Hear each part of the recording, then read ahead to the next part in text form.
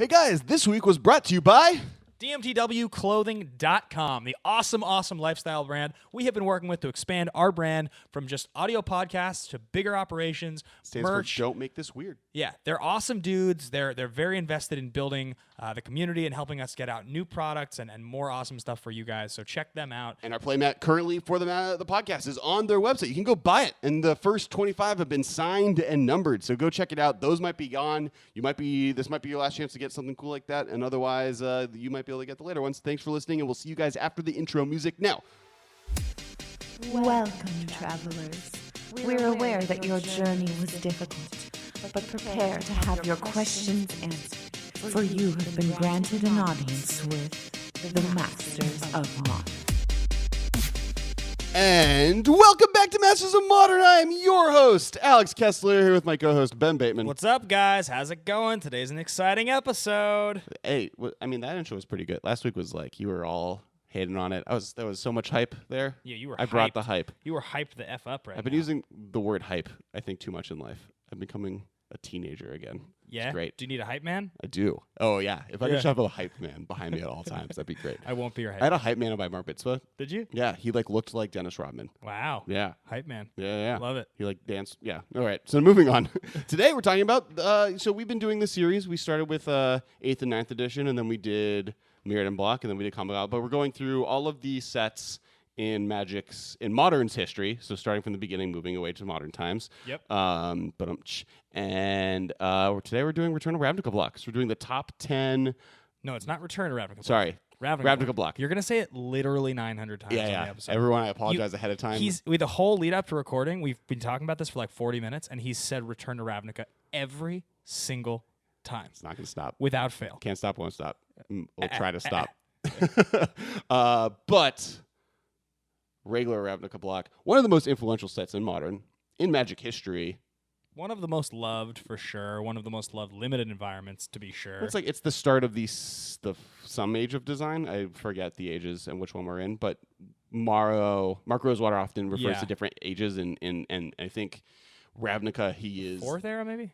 So I don't want to go into when each one starts, but basically it's the one where they start thinking of a block as a whole cohesive thing. Yeah. And they start planning the block all together. Because if you look before that, specifically like a good example is Mirrored and Block. The first set kind of does its thing, the second set does its thing, and then the third set's about 5 color decks and playing as many colors as possible, and it doesn't really make sense. Yep. Where RTR was all about planning every set, how does this work, using cards that you do in the first set, or planning things for the third set that you set up in the first set, like that whole kind of cohesive block plan. Yeah. Really was created then. Yep. So RTR, regular, not RTR. Nope. This was though the second most popular set, or second set we ever returned to. So in RTR block, we returned in RTR. Yeah. There you go. That was kind of right. I got it right you there. You referred to the other part as right. Yeah, absolutely. I mean, this is people reference Ravnica block constantly as one of the favorites of all time. It is interesting as we're going to count down these cards. There's a thing that's consistent now in Magic design where they've pushed creatures very hard. Sure. You can see it in cards like Thragtusk. You can see it in cards more modern 4-drops, but they've really made an effort to make creatures good in general. Not better than spells, but it's just that whole balance. No, they're better than spells.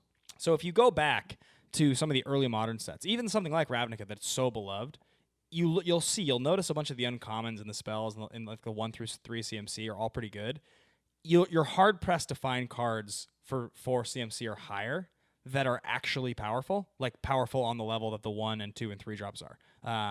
It's just hard to find. There's no such thing as a Thragtusk type of card, or I'm trying to think of a really good 4-drop creature that's happened in the last couple of years that's mind-blowingly good. What am I forgetting? Hunt Master was a while ago. And this is also pre-Planeswalker. Yep. So it's like a same sort of thing. Permanence sitting in play, doing stuff were less of a consistently powerful thing in this time period. Right. And you can once again, you can just see it when you look at some of the things that used to be powerful. There's the 4-drop white green elephant that gains 4 life when it comes into play. 4/4 for 4. Sure. That was a really good standard card. That was a standard powerhouse. That card was very, very good for a long time. It just doesn't compare to things that come out now. It's just not even close. and it was a gold card. So I thought that was really interesting as I was looking through every single card in all 3 sets as I started to get to 4 CMC and higher, which is generally a dead zone. Very quickly became even more of a dead zone than it normally is. Yeah, which is normally a dead zone just for me in general with Magic, but right. This was like impossible. Anyway, before we get into breaking down our lists, Kessler and I are going to count backwards from our 10th. We should talk about a couple of things. First of all, the podcast's on Twitter. Yep, it's at theMMcast. I am personally at Kess Wiley. I'm at Ben Bateman Media. Which we're pretty much on everything. So if you look up at Kess Wiley on Instagram or at Ben Bateman Media on Instagram or the MMcast on Instagram, we're all there. Yep. And that's consistent. You can also find our sister podcast, The Command Zone, at the Command Cast. On rocketjump.com, where we are. So if you want to there's a comment section there that we never, ever talk about because I haven't figured out a convenient way to have my computer remember my account on their website, so I can't respond to people's comments yet. One day I'll figure it out. But it's really cool. You can also see where we post deck lists. The list from this week's episode will be there. We have a YouTube channel that we're posting video content to. Yep. That is on YouTube. You look up Top Teching TV or Webisodes Network / there's a bunch of different things, but look up the Master Modern podcast. You'll find us on YouTube. And lastly, I'm going to rattle through the last 2 things here because we want to get to the episode, but we are working with DMTW Clothing. That is dmtw.clothing.com. They have just released our first playmat. I don't know if there are any left. There's probably a few left. I think there's a couple left for sale, but our first Go get them. They're signed sweet. and numbered product with Kessler on it is awesome. They're a lifestyle brand. They're helping us kind of just develop future products and what we want to do with our brand as we continue to expand with more content. So those guys are awesome. Check that out. And then we are on patreon.com. We have a Patreon. It helps us buy gear to do more expanded content. And we're sending out sweet swag boxes with a bunch of cool stuff in it to our Actually, for the Patreon members, they just got the playmat. They got the first. They're all numbered, and they get 1 through 10 to get sent to Patreon donators. Yeah, you guys got the first ones before they actually went on sale. Like I said, I think they may be sold out, but go to the website. It's possible we have a couple left. And there'll be probably another print month that won't be signed and numbered coming sometime in the future. But check it out, and let's get to the episode. I forgot something.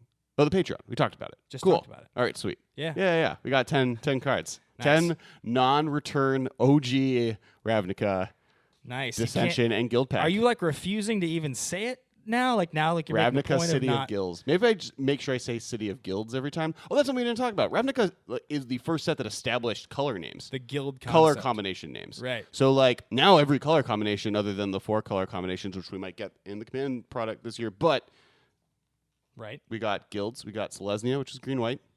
Got Rakdos is Dimir. black-red. Dimir, your favorite, blue-black. Blue-black, yeah. Orzhov, which is black-white. Rakdos. I said Rakdos. Orzhov. You just said both. Simic, which is green-blue. Azorius, which is blue-white. Is it, which is red-green. Did you say Boros already? No, Boros, red-white. Golgari, which is black-green. I think you said that already. No. Selesnya, green-white? We said green-white.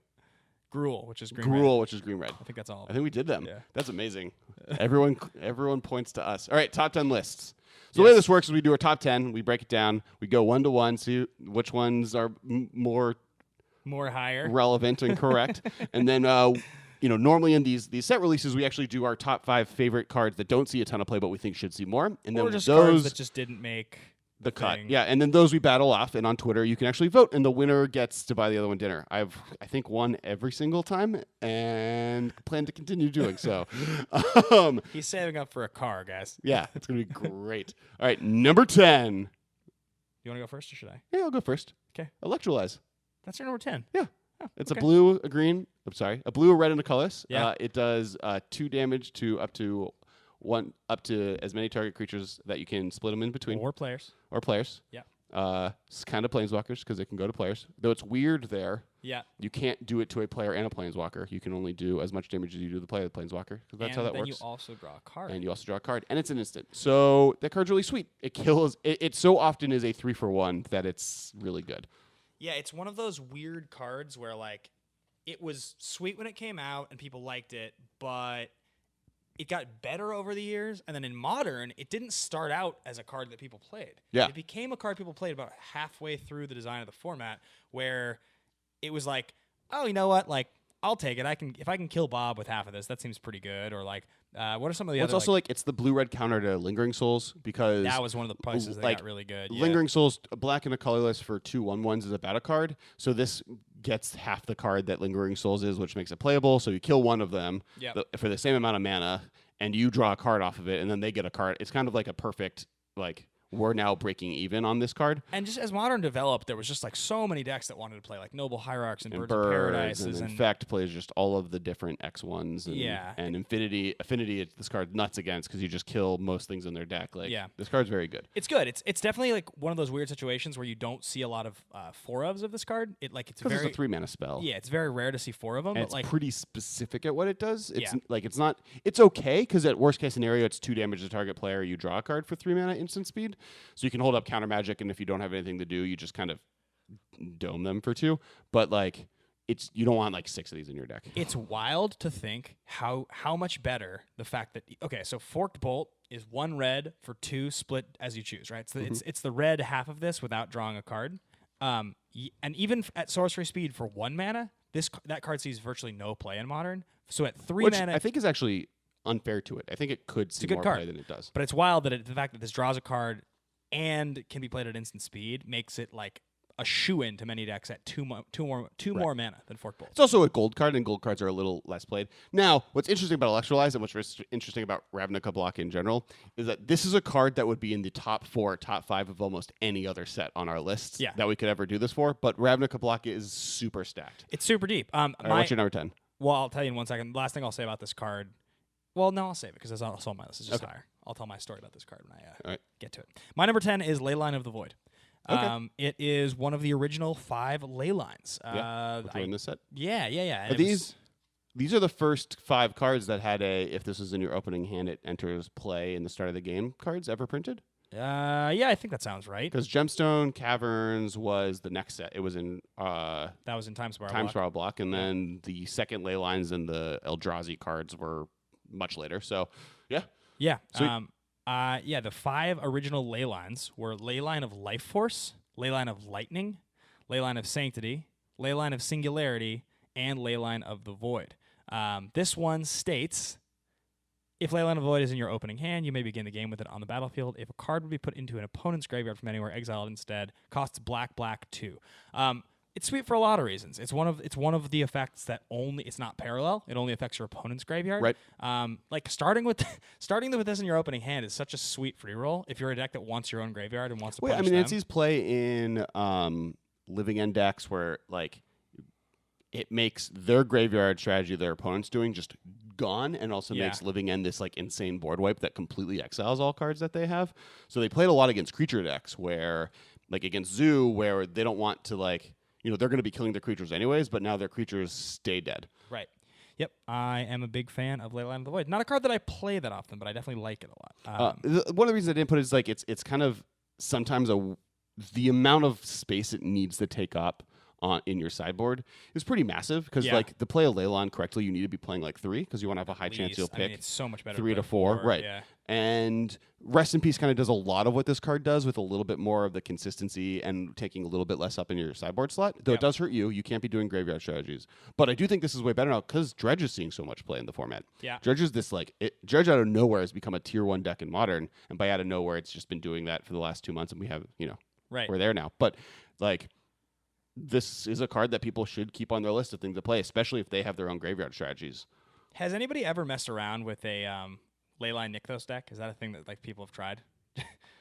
In older, I have a deck on my phone that's trying to do that. It's not good. Yeah, it seems there's really there's a opulence. Well, because you could also play the new the 5-drop. The Nyx card that makes all enchantments if you have X amount. Yeah, one white, 4 colorless. Opulescences. Starfield of Nyx. Yes. Yeah. All right, so moving on. Number 9. My number 9 is one of my favorite cards, probably of all time. Okay. Life from the Loam. A little higher on my list.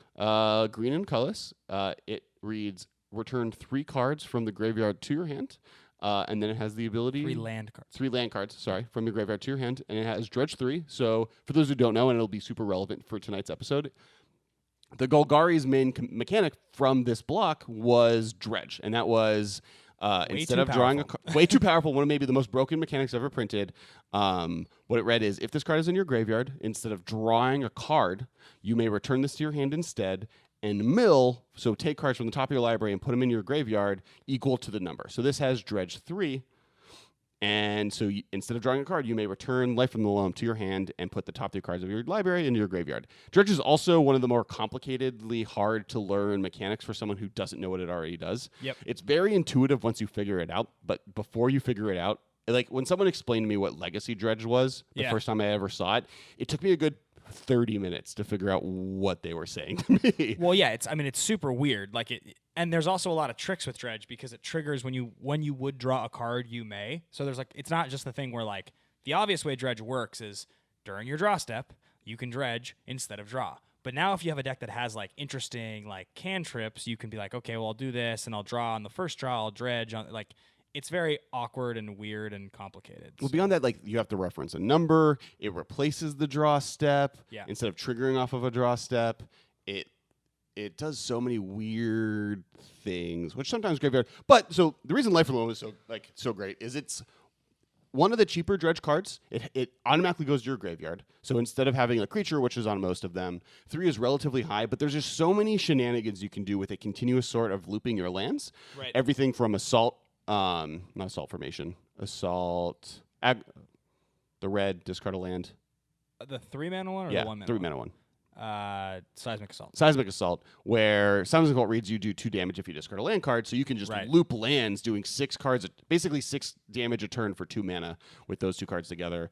In older formats, there's really powerful things you can do with stuff like Wasteland or even Strip Mine if you go older than that. There's cycling lands in older formats. That's kind of why this isn't as high as it normally would be in older formats, is that a lot of the really, really, really powerful things you can do with Life of the Loam aren't in Modern. Definitely. I mean, in Modern, it's historically good. It is historically good in the aggro Loam decks, which were ported from Legacy. Right. So, and those Legacy decks, though, one of the things that made them so good is you had Mox Diamond. You don't have Mox Diamond in Modern, so it's actually Bronson Magnan won the first Modern Grand Prix in Grand Prix Lincoln, playing aggro Loam with 4 Life from the Loam. That's the most famous Modern finish, I think, ever. Well, it's seen more play now because it is a piece. The other thing that's important is in dredge decks, the way dredge works is it replaces your draw step. Yeah. Which means that what your starting hand is, you shouldn't draw a card ever again after that starting 7. So you really only get those 3 lands, hopefully. Life from the Loam lets you kind of make your land drops after turn 3. Right. So a lot of dredge decks play between 1 and 4 Life from the Loams just because it's on the dredge plan. It's worst case scenario on turn 2, if you have nothing else to do, just play Life from the Loam because it can start your dredge chain. Yeah. Even if you're not getting lands back. And, it's good with fetches. It does all these little cute things. It's good with, Hedron Crab because you can start milling yourself. It's definitely a sweet card. For the record, I'm not the biggest fan of Dredge. It's Kessler's favorite mechanic ever, so this set is funny for that reason. But anyway, moving on. My number 9 is Ghost Quarter. Mine's not on my list? Yeah, I figured it wasn't. Ghost Quarter is... You figured it wasn't? Yeah, Ghost Quarter. That wasn't on my list? Yeah. No, it's higher on my list. Oh, Ghost Quarter is. Yeah. Oh, interesting.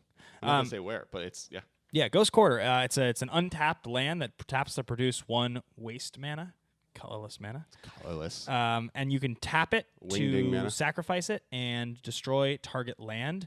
That land's controller may search her library for a basic and put it into play untapped. So this is the best Wasteland variant in the format. Yeah, it's funny because, again, this is another one of those cards that in the beginning didn't see that much play. Well, because Tectonic Edge kills, which is another card that is a land that you can sacrifice it to kill a land, is better in formats where mana gets higher. Ghost Quarter is just... The format is so quick that it doesn't get to 4 mana. And if you play it I became very familiar playing this card when I played Superior Burning Cocoa because it was a deck that existed on 2 or 3 mana so often that I was just man, this card is sweet. With Ethervile and all of these effects I collected Company where I don't need that much colored mana, I can get away with playing 2 or 3 of these in my main. And it's obviously sucks to go down a land, but when you're playing against Tron or you're playing against Infect. Yeah, there's so many powerful man lands in this format that it basically is another removal spell that you need. You need to be able to get rid of, everything from Celestial Colonnade to Inkmoth Nexus to Mutavault to the blue-black unblockable 3/2. Right. So there's so many different cards. Creeping Tar Pit. He was giving me this face of I need to know what this card is called and I don't remember. These are important. Every deck has man lands pretty much in the format.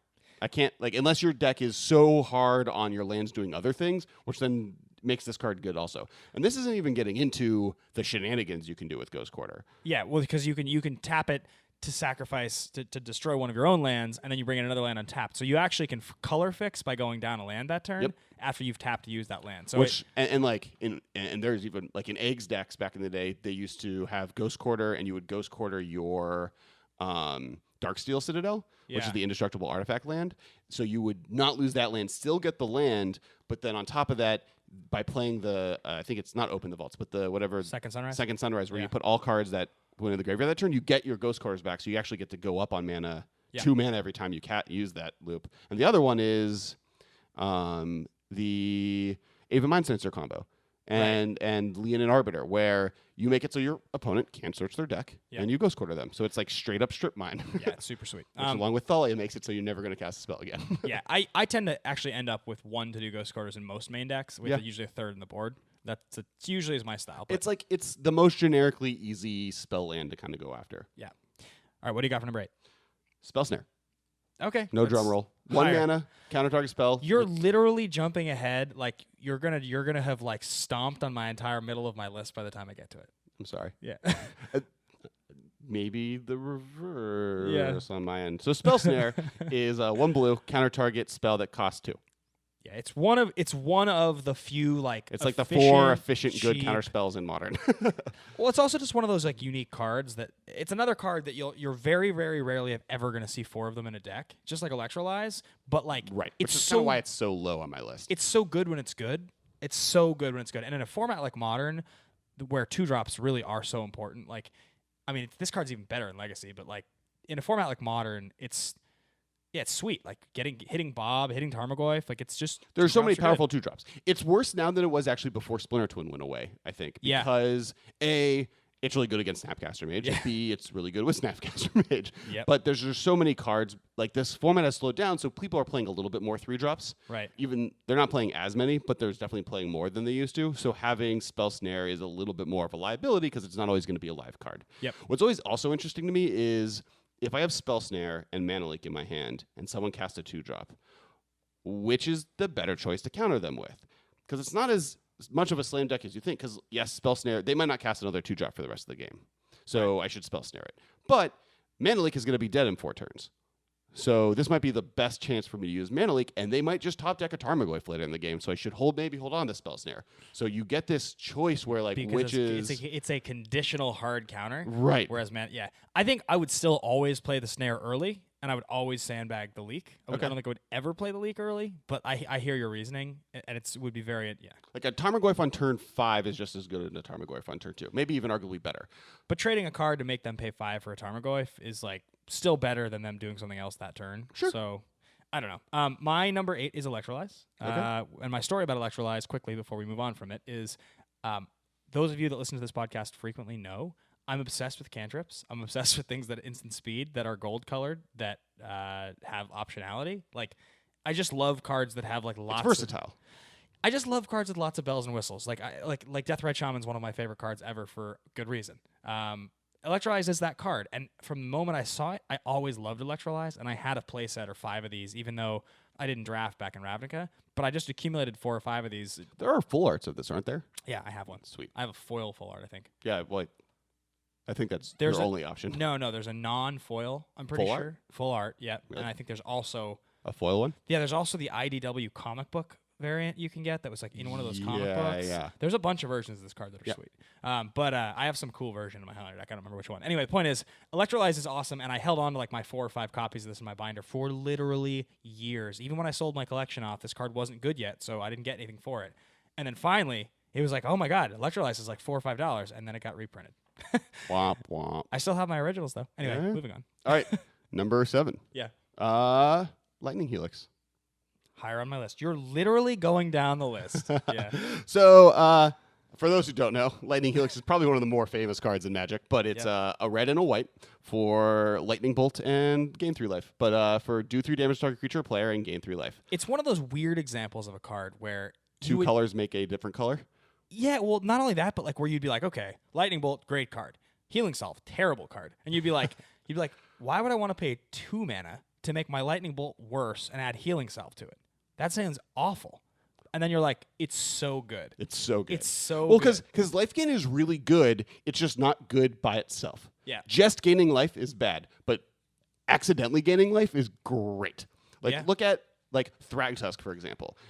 Thragtusk, if it just gained you 5 life, would be bad. But the fact that it does all the other things, like Baneslayer, Lifelink as a mechanic is very powerful, and that's because you're doing something and incidentally gaining life. Because gaining life is great until it's not. And Lightning Helix is lightning bolts 5 through 8.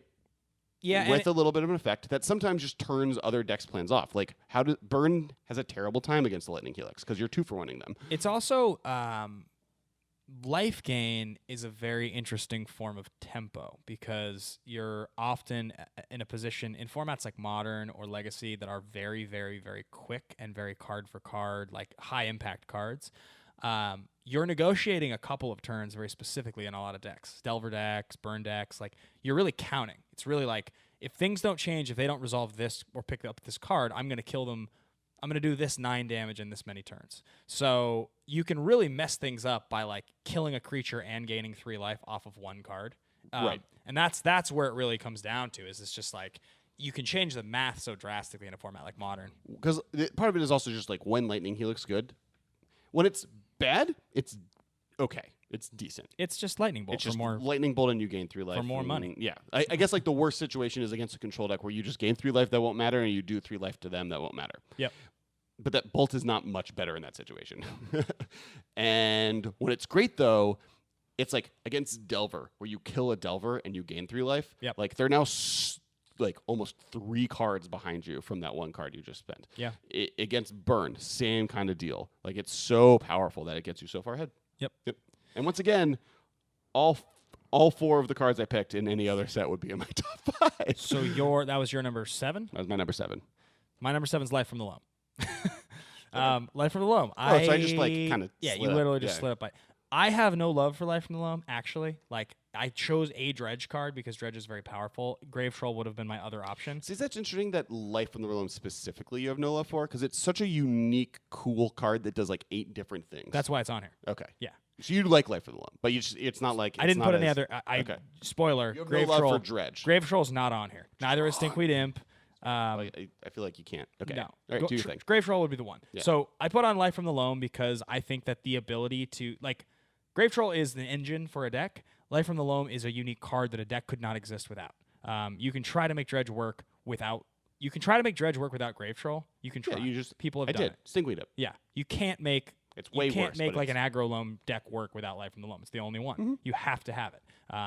Effects like Seismic Assault are so powerful because of Life from the Loam. That's very, very important. And so I think because it is 2 mana, it is unique. Like you said, you can play it on turn 2 and start your engine.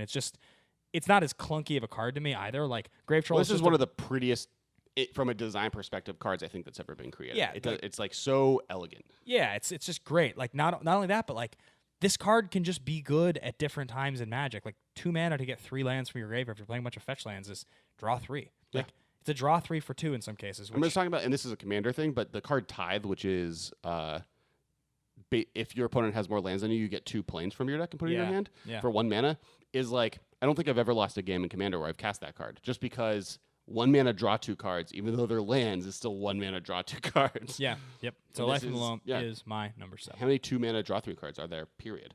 Very few. Yeah. None. So speaking of Dredge cards, my number 6 is Golgari Grave Troll. Okay. So a few things. First off, when Life from the Loam is good, it's great. When Golgari Grave Troll is good, it's tier 1 format breaking. Yeah, right. The fact that like, and this goes for kind of like Stinkweed Imp is kind of like shuffled in, kind of how sometimes we like put cycles of cards all in one slot. Yeah. But Golgari Grave Troll is also better because for 5 mana, getting a like 8/8 that is impossible to kill as soon as you untap is also just generally good. Well, there is that part of Grave Troll that's very good. I mean, the fact that it's a powerful creature when it's resolved in a Dredge deck is very good. It's just like It does happen, actually. That's a lie. It happens. In Modern, in Legacy, it never happened. Oh, that's not even true. In Legacy, there was a period where sometimes. they just got rid of all their big threats, and Golgari Draveshul was the big threat you reanimated, because Legacy Dredge is a much more reanimator deck that you're using Dredge to just... Because the point of Dredge, if people don't realize this, Dredge is the most efficient way ever printed to get lots of cards in your graveyard. Right. Excluding, like, stupid combos like Hermit Druid. This is, like, one of the most efficient ways...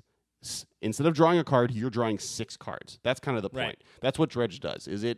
All your cards in your deck are graveyard interactive cards, and you can get to them from your graveyard. So when you dredge 6, that means you're drawing 6 cards instead of drawing 1. So that's one of the reasons this card is so powerful. Beyond the fact that 5 mana for a 9, anywhere between a 4/4 to a, I think I've gone in a 20/20 Golgari Graveshul before. That then has Regenerate as one of its abilities is like just very insane. Yeah, I mean Dredge 6. You don't have to say that much more. Yeah. It's like a lot. And I guess the last piece on this card is, I think this is the only card on my list that was banned and was unbanned. Yeah, though hilariously enough, the unbanning took how long before it became a good deck? Yeah, a while. And that's because the real card that needed to be banned from Legacy Dredge is still banned, and that's Dread Return? Dread Return. Yeah. I just tweeted from the MMcast account, what's the sweeter card, Life from the Loam or Grave Troll? I'll be curious to see what the poll is. Oh, yeah. Did you do like a 2-hour poll or an hour poll? In a way. It's just, never mind. All right, let's continue. What's your number 6? My number 6 is Spell Snare. Uh-huh. Not a card that I've ever had like a lot of success with. I've played it as a 1 or a 2 of in tempo decks, and it's good when it's good, and it's still kind of a boring inclusion, but it's necessary. It's definitely in the top 10. I think for the same reason, that's why mine's a little bit lower. Yeah. So generally, I like to switch it up when we get to the 5 point, and you start doing the first card every 5. Okay, my number 5 is Chord of Calling. Oh, mine's also on my list and way much higher. Yeah. I guess not way higher because we're at 5. So we're at 5, yeah. Chord of Calling. It's a very unique card. I remember playing this card and against this card in Standard. Chord of Calling is one of the rare. It is one of the rare modern tutors. No pun intended, because it's also rare. It is green X instant with Convoke. Search your library for a creature card with converted mana cost X or less and put it onto the battlefield, then shuffle your library. This card wasn't good until they banned Birthing Pod. that's blatantly untrue. Was that part of the It was Birthing a Pod deck? 4 of in every Birthing Pod deck.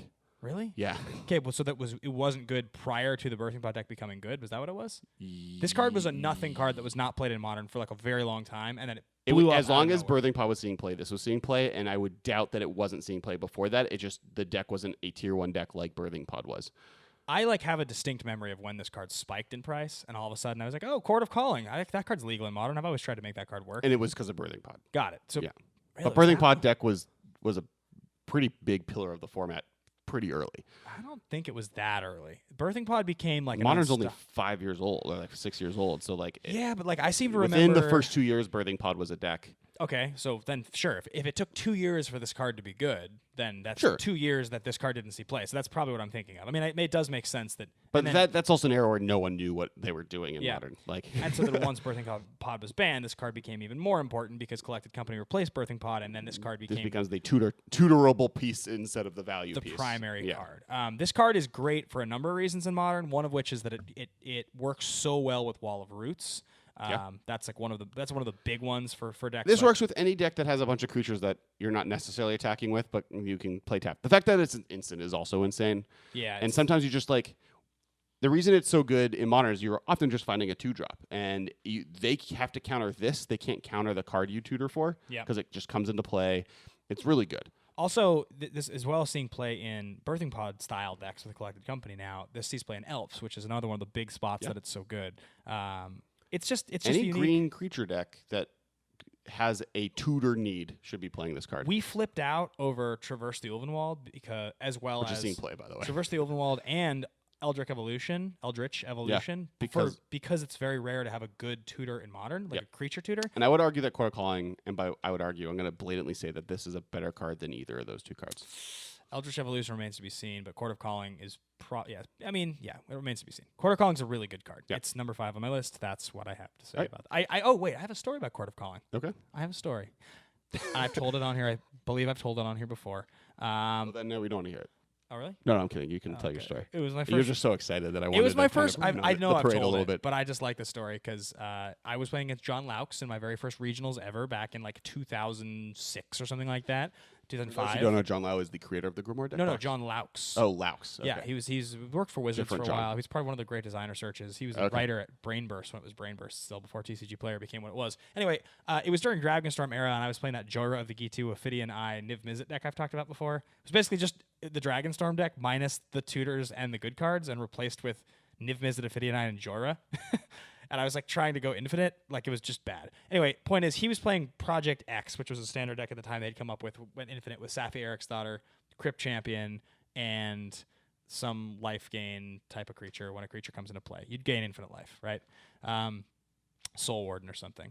And I was like playing, and his deck like didn't match up well against Dragonstorm because they needed like to go off on turn 4 or 5. And I remember just like he like thought I was gonna go off on turn 4 with Dragonstorm and just kill him, and then I was like, resolve Jorah of the Gitu, and he just like sighed, like huge sigh of relief, and then he killed me like a turn later with Chord of Calling into Crypt Champion. Okay. And I read his article about his tournament report like 2 days later, and he like told that story in his article. Okay. Thought this guy was playing Dragonstorm. He was playing a bad deck. I beat him the next turn. I was like, God, I'm so angry. Anyway. All right. My number 5. Yep. It's this card. We haven't talked about it yet. It's called Ghost Quarter. We talked Sweet. about it already. Yeah. It's the strip mine of Modern. I think we talked. I talked a lot about it when we talked about yours. It's really good. Yep. It's better than any of the other variants. It got It even has- better when they printed a bunch of sweet Eldrazi that need colorless mana. Yeah, yeah. It's just really good.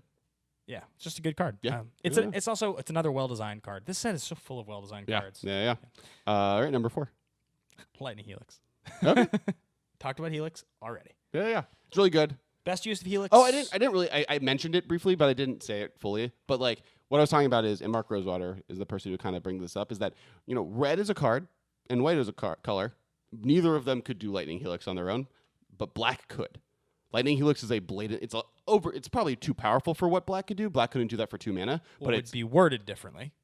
well, no. There is the card do 2 damage to a target creature or player and gain 2 life is a card that exists. I guess you're right. Actually, now that I think about that. No, it would be worded exactly the same. It's a black card, but it's red and white because red and white together can do a black ability. Yeah. Interesting. Interesting. Fun fact. All right, my number 4. Oh, and the last thing about Lightning Helix, one of probably the 3 best cards. Oh, it's actually the only playable full art card I own. What would you say are the top 5 cards ever to put Isochron Scepter with? Orm's Silence. Chant. Orm's Chant. Silence. Mana Drain. Sure. Counterspell. Counterspell. How How about modern ones? Silence. Silence. Leak. No. Remand is better than Mana Leak. Sure. Remand. Because Maybe, you draw the cards. maybe Worst like- case scenario, you're always just going to draw cards with it. maybe like Boomerang for 2 mana every turn. They can't ever play land again. Yeah. But I would In say modern, I would give you mana. Helix? Lightning Helix. it's one of the as- more famous ones to put on. Yeah, yeah, to yeah. put on an Isochron Scepter. It's one of the Well, cards. of the cards I named, the best ones on it aren't good without it. So this is theoretically better than Orm's Chant as a card. And unless you're me, you're not going to play Boomerang in modern. Right. So my number 4. Yep. Speaking of things that are better than Lightning Helix with Isochron Scepter, Remand. Wait, that's number 4 for you? Yeah. What? Yeah. Oh my God, what am I missing on my list? I don't think you're missing anything. Oh my goodness. I'm not going to spoil my number. Okay, number 4, This is Remand. so For people that don't know. exciting. Okay, blue and a colorless. Oh wait, no, yeah, never mind. Counter target spell. You were so excited. Now you're so I realized unexcited. there was a later card in my list that you haven't said yet. Yeah, keep going. Blue and green. Counter target spell. Blue and green. Sorry. Blue and a colorless. It's blue and colorless. Everybody knows what You've Remand is. derailed me so many If you're times. listening to our show and you don't know what You counter a spell, Remand returns does, their hand, and you draw a card. It's awesome. It's, I think, the best counter spell in Modern yeah, by not a wide margin, but definitely the best counter spell in Modern. yeah. I think I can pretty confidently say. What are the better counter spells ever printed? Force of Will, Counterspell, Mana Drain, Daze. That it? Memory Lapse isn't better. I would play this over Memory Lapse Yeah, it's probably. right Because there. me having a 5/6. close. Right in that 5/6 Like, range. Cryptic Command is up there as, but it's not 2 mana, so it's worse. It's really good, but it costs 4 in triple blue. Yeah, no, I mean, obviously it's up there. I put it on the top. I mean, this is one of the most powerful sets ever printed, or blocks ever printed, and it's in the top 3 cards in Modern. Remand is 4th on top 4 cards. Sorry, Wild. yeah, top 4. Spoiler, it's number 3 for me. So, okay. We're doing your number 3, so let's. Yeah, so we're still there. I mean, Remand is just one of the Remand is, again, if you tack on draw a card to anything that's even remotely sweet, I love it. So this is onto Venser's ability, which is sweeter. I've loved Remand forever. I had the FNM foil for a long time. Nice. It's very expensive now. Another cool thing about Remand is it's like the best counterspell because you can return your spell to your hand, draw a card, and counter their counterspell with it. Yeah, so it's like draw cards. 2, and then it's another all the versatility. It's so unique. It's so kind of elegantly made. Yep. All right, which your number 3 is number Remand. 3 was Remand. All right, so my number 3. Yes. This turn? Yeah. It's Chord of Calling. Okay. I think of all of the cards on this list, it's the most likely to have a chance of being banned within the next 3 years. Maybe. Yeah, I mean, I'll give you that just because it's such an enabler. Arguably the best deck in the format of Modern. One of the top 4 best decks in Modern have been playing a playset of Chord of Calling in it for it's almost its entire existence as a format. Just for the record, Life from the Loam is crushing Grave Troll right now. 81%. Okay, fine. Yeah, I did use the word sweeter card. Yeah, that's cheating. What is the better card is a different conversation. So yeah, Chord of Calling's up there. We talked about it already. So I already said my 3. My main story was that it is the most likely to be banned. That's my main thing I saved in my pocket for the time I was going to talk about it. It's a really efficient tutor that makes combos probably too good that are green. All right. So we have 2 left each, and I pretty much the chances that they're not the exact 2 cards. So we'll start with number 2. Okay. Dark Confidant. Yeah, okay. So yeah, Dark Confidant, Bob. 2-1 for 2. He's a human wizard, black and a colorless. What is Bob's real? Robert. Bob Maher. Bob Maher. Yeah. Cool. At the beginning of your upkeep, reveal the top card of your library. You put it into your hand. You lose life equal to its converted mana cost. Yep. It's just one of the most busted cards ever. It's part of the 5. Each color has their representative 2-drop creature. This is the black one, alongside Stoneforge Mystic, Snapcaster Mage, Tarmogoyf, and Young Pyromancer is currently the red one. That Eidolon everyone. of Great Revel is like the other. There's like Red's having trouble figuring this one out. I feel like Eidolon of Great Revel has a strong. Young Pyromancer sees more play in different decks.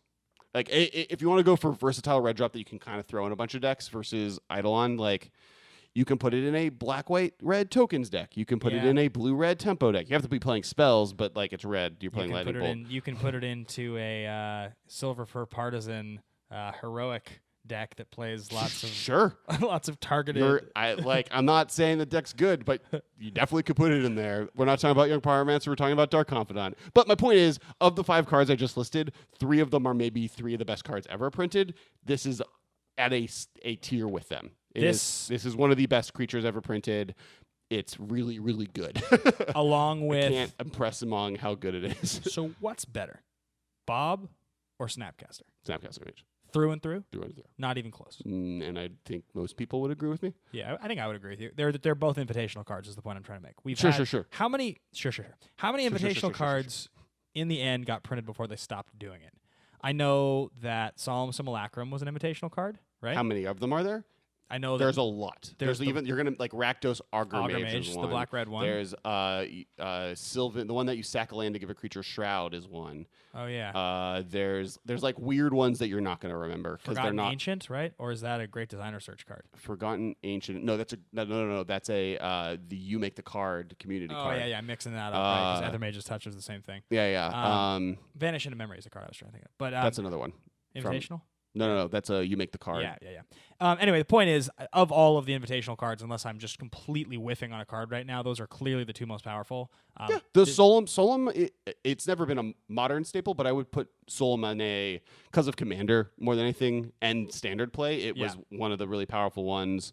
The white one. John Finkel was a Shadow Mage Infiltrator. Yeah. But there's the 3/2 that gets you 2/1 drops. Oh, yeah. That's right. Ranger Vios. Ranger Vios is another one. There's like really good ones. But like obviously Bob and Snapcaster Mage are the two. Bob was the broken one before Snapcaster got printed. And then Snapcaster got printed. Yeah, they're the two. I mean, Bob is really good.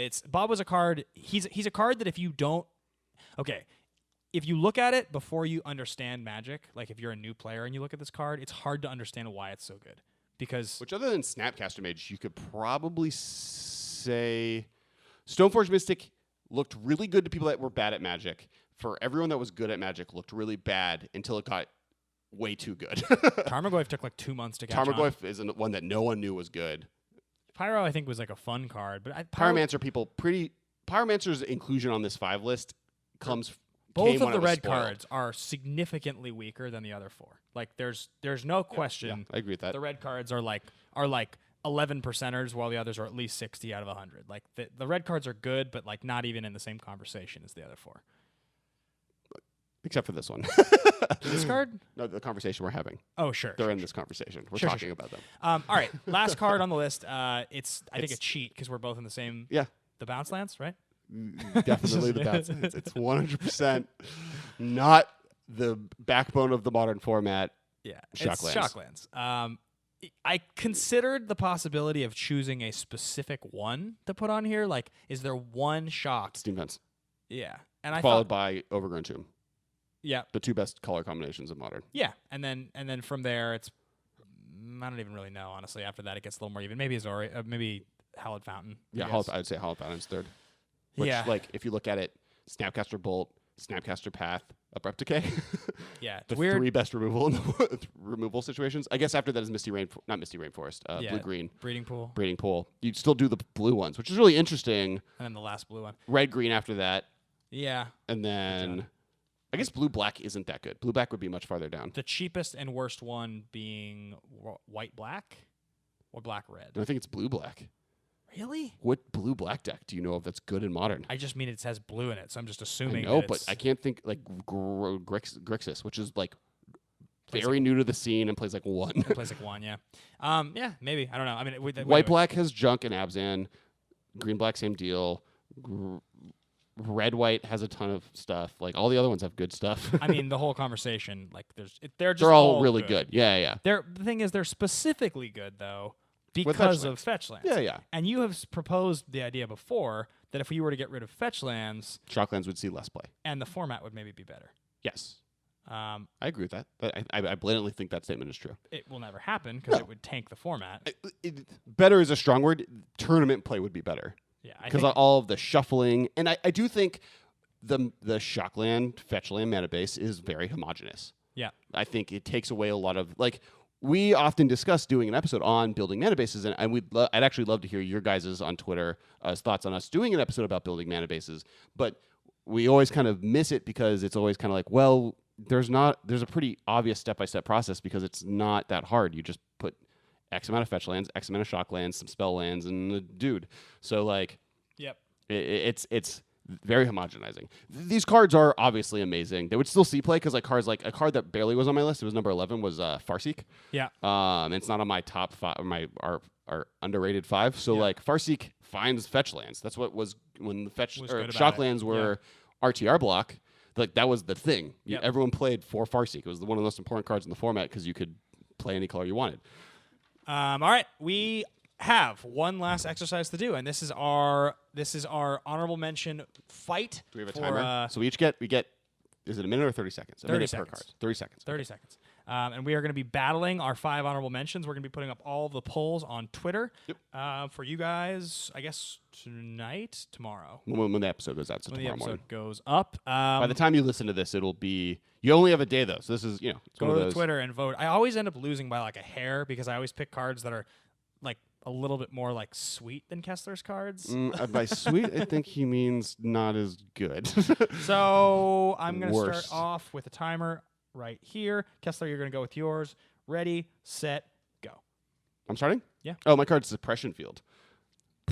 Oh, don't me. I think this is one of the more underrated sideboard cards. Basically, it says that activated abilities can't be activated unless you pay 2 extra mana. It's an enchantment for 1 and a white. It wrecks decks. Like, how does Affinity beat that card? And, it's another thing in the family of white decks. I think we're in a world where there aren't enough decks that are playing a super powerful activate ability, but as soon as we do, this card is one of the best decks sideboard cards. It's your next Stony Silence. All right. All right. Very good, Kessler. I will be fighting. It's my softball, by the way. Ready? Yeah. All right. I'm going to be fighting for Protean Hulk, a card that actually has an argument of being the top 10. Protean Hulk is a combo card. It's green, green, and 4. When it dies, you search your library for, I can't even offhand remember exactly, but I think it's power up to 6 or converted mana cost up to 6. It's converted mana cost up to 6. There's a combo with this where you can search your deck for an instant win. Yeah, this is combo. the body double deck. Yeah, the body double deck. It just wins. Just straight up wins. This is like a real deck. It's an a real actual card. deck that people win with, and this isn't in one of our lists. So like Protean Hulk just like straight up wins the game. I don't know how. I mean, it's hard. It's too good, but sure. In previous times, we allow people to read what the card does, and we both kind of did cards that in the beginning. Do you want to continue with that? Stop making up new rules, Kessler. What do you want to read what your card is? I mean, you had that problem too, where you like didn't get to read what your card does. And You then you read have what yours did. I know. Yeah. So So I I guess you got less time. Okay. I'll read mine, sure, just so people know. Yeah. So because I think I was off. All right. on the So text. on Twitter, Suppression Field versus Protean Hulk. By the way, I'm playing this like baseball. This is gonna be a sports metaphor. Everyone, get Oh, ready. it costs 7. Eugh. It's green, green 5 Yeah, you for a reanimate 6/6 beast. When Protean Hulk is put into a graveyard from play, search your library for any number of creature cards with total converted mana cost 6 or less, and put them into play. Then shuffle your library. I actually like that. Why don't we read what the card does after we pitch it? Okay, great, That makes it so it's not being spoiled. sweet. Cool. All right. My next card. Okay, 3, 2, go. My card is Coiling Oracle. It is a blue and a green for a when coiling Snake Elf Druid. When Coiling Oracle comes into play, reveal the top card of your library. If it's a land card, put it into play. Otherwise, put that card into your hand. It is a 1/1. Here's the deal. This is the closest thing Modern currently has the Baleful Strix. It is also like one of the premier tempo plays because you put a creature into play. Hopefully, you're playing equipment somewhere in your deck or some other way to make it sweet. But you get the draw card. We talked about how drawing a card is better. And sometimes it's even better because the card you don't want to draw is a land, and that goes right into play. You ramp it as well. It's Farseek plus Baleful Strix. Well, one mistake you made there, Kessler, is that you said you had to put another card into play to make this card sweet. So, unfortunately... I'm pretty sure the card is sweet. It's a 1/1. You got to make it sweet. All right. My I also read what my card did. I number cheated. 2 I took my time up. is No. Dark Blast. Dark Blast is an instant for 1 black. Target creature gets -1/-1. It has Dredge 2, so Dark Blast you can play it and then replay it, or Dredge 3 actually. There are great tricks with Dark Blast where you can be like -1/-1, and then you do it during upkeep, and then during draw step you dredge and get it back, so you can go -1/-1 again. It's just like generally a sweet card for black decks that want to play kind of the tempo game. There's lots of X1s in Modern, like we've said, the Electrolyze. Dark Blast is underrated, should get played more. All right. So I feel like you're discounted because you said you hate the mechanic Dredge. Get out of here. That's my mechanic. All right. Okay, we should actually, before we continue going, make sure we know the matchups correctly for Twitter because we've done this wrong before. Okay. Well, I got my list exactly how I'm going to read it, so was it's up to you. It was Hulk versus... Well, no, don't write the verse. I know the verse. Just write your number 1 and 2. Suppression. And then it was... What was your second card? Coiling Oracle. Okay, great. All right. Sweet. All right. Number 3. Go. Infernal Tutor. This is a 1 in the black. Reveal a card from your hand. Search your library for a card with the same name as that card. Reveal it, put it in your hand, and shuffle your library. If you are hellbent, which means you have no cards in hand, you get to tutor for any card. I think this is one of the most underplayed tutors in the format that does some stuff that's really sweet. It's a Storm staple in Legacy. I think we can bring it back. Once again, toolbox cards are the sickest. Toolbox. Let's do a tutor card. This one's awesome because it either makes what you have better or what you don't have even better. That's... And you have 1 more second. Oh, sweet card. That's a sweet way to sell something where you only accentuate the positives and ignore the negatives. You're just like, the things you said, you're like, it only makes things in your hands sweeter or makes that your hands not sweet. If you got 2, you got 1, you got 2. If you're playing a card in your deck, why wouldn't you want 2 Why of them? no one plays Infernal Tutor? Reasons number 1 and 2. I've tried to play Infernal Tutor so many times. Get out of my life. What's your number 3? All right. My number 3. I have to decide what I want to fight against that. Okay. I'm going to fight. See, this is unfair. You're switching what you're doing Glimpse around. the Unthinkable. Blue, black, sorcery. Target player puts the top 10 cards of his library into his or her graveyard. It's the linchpin of the mill deck. It's the best self-mill spell you can possibly play. It's unique. They've never printed anything as powerful for 2 mana for this effect ever. Like you've never seen like a functional reprint, and I don't think you will. This card's amazing. And with Snapcaster Mage, you can just build straight up aggro mill decks, like actually just mill you to death, which I've done. They're awesome. That was good. You were perfectly timed. You missed the fact that this is like a deck. There's like a mill deck. that's out there. Yeah, I know. This is the first time playing more it of for your cards are years. like real decks. How does it feel, Kessler? That's great. Infernal Tutor and Calling Oracle are sweet. All right. Go. My fourth card is Teza Orzhov Scion. That's 1 black, white, and it does some sweet stuff that I'll read after I explain how cool it is. This is a card that is just a removal spell on a stick. It makes every time a black creature you control die into sweet, sweet value. It is one of the most value-oriented legendary creatures probably ever printed. Once you get this engine online, how do decks beat it? I actually don't know why this, like as a singleton or a 2 of deck sees play in Abs and Company, you're going to get so much value off of this card, and it answers everything. Everything dies. And so what she does, she's black. Now I get to tell what it does now. You did this once. It has too many abilities for me to say. It's a legendary creature, human advisor, 2/3. Sacrifice 3 white creatures, remove target creature from the game. When another black creature you control is put into a graveyard from play, put a 1/1 white spirit creature token with flying into play. Yeah, it's okay. I've seen people try to play this in token decks before. Yeah, this would be sweet. All right, what's your number? All right, D. My number 5. Four. My number 4 is Hunted Horror. You guys have heard me talk about Hunted Horror on here in the Hunted Handsome decks. It's Roll black. my eyes in your general direction. Yeah, I'm going to even spend my time describing it. It's black for a 7/7 trample. When it comes into play, your opponent puts 2 3/3 green creatures into play that have protection from black. If you have anything to stifle and enter the battlefield trigger, it's a 7/7 trample for 2. If you have any way to destroy tokens, it's a 7/7 trample for 2. It's a 7/7 trample for 2. This card is unique and sweet, and so many fun things can be done with it. I love this card. How many ways are there in Modern to stifle? There's Torpor Orb. There's Stifle. That's that. Okay, I'll give you Torpor Orb. Fine. There's That's Torpor cheating. Orb. There's Sundial of the Infinite, which makes it 1 turn slower. There's I don't think these are stifle Trick effects. Bind. These are There's other things. All right, we're moving on. There's the white card that does the same Torpor Orb thing, the flying 3-drop, the new one. Lots of ways. Lots and Those lots aren't of ways. stifle. Those are getting rid of entered the battlefield effects. Yeah, to stifle. That's not what stifle does. The actual definition of the word stifle is to like trip something up. So if you trip up the enter battlefield trigger. I roll my eyes in your general direction. All right, your turn. Also, Leyline of Singularity doesn't work anymore. Ready, Freddy, start. My number 5 is Doubling Season. That's an enchantment that doubles all of the things. Literally all of them. Specifically, Planeswalkers. Cast Doubling Season, then cast a Planeswalker, go Ultimate instantly. The best thing to do with this is probably Jace Architect of Thought, where you can then cycle into 4 Jaces, get the 4 best cards of their deck, and get 1 Emrakul on top of it, and win the game. Because you cast it, so you get another turn. It's the sweetest. Any other Planeswalker is good with too. I have more time. It's so obviously how good Doubling Season is. So what Doubling Season does, it's a 5-mana enchantment that if an effect would put 1 or more tokens and or counters on a thing, it does that twice. It's so cool how you can play this on turn 3 and then curve Jason. Oh, wait a minute. It's a 5-drop. It's called... Crazy. It's a 5-drop. That totally, yeah. It's called Counterspells. People have tried to make this deck work. People play. It's totally sweet. I have tried to make this deck work. My 5th card is a little card I like to call Rise Fall. Rise Fall is one of the most underrated sorceries ever printed in the history of Magic. It's a double-sided card. One half of it bounces a creature from the battlefield to their hand and gets a creature from your graveyard back to your hand. Fall is a kind of like a mini Hymn to Turok, but you can choose which side. It's great in Grixis Delver decks. It's underplayed. I've always just been a big fan of Rise Fall. And that was like 24 seconds. It's not my fault you didn't start the timer. That's your fault. Rise Fall versus Doubling Season. I know which way that one's going. There you go, guys. There you have it. For the record, I wrote my list of the exact order I was going to be doing this ahead of time, and you definitively changed what you were telling based on what card I was giving you. That's ludicrous. I put Suppression Field first as a softball because I thought you'd put your best card first, and you may have. So let's see how this goes. Ludicrous. This is called baseball. You got to plan your lineup ahead of time. All right. All right, so that's how the game works. Go to Twitter, vote, see who wins, and we'll tell everyone next week who won. Yeah.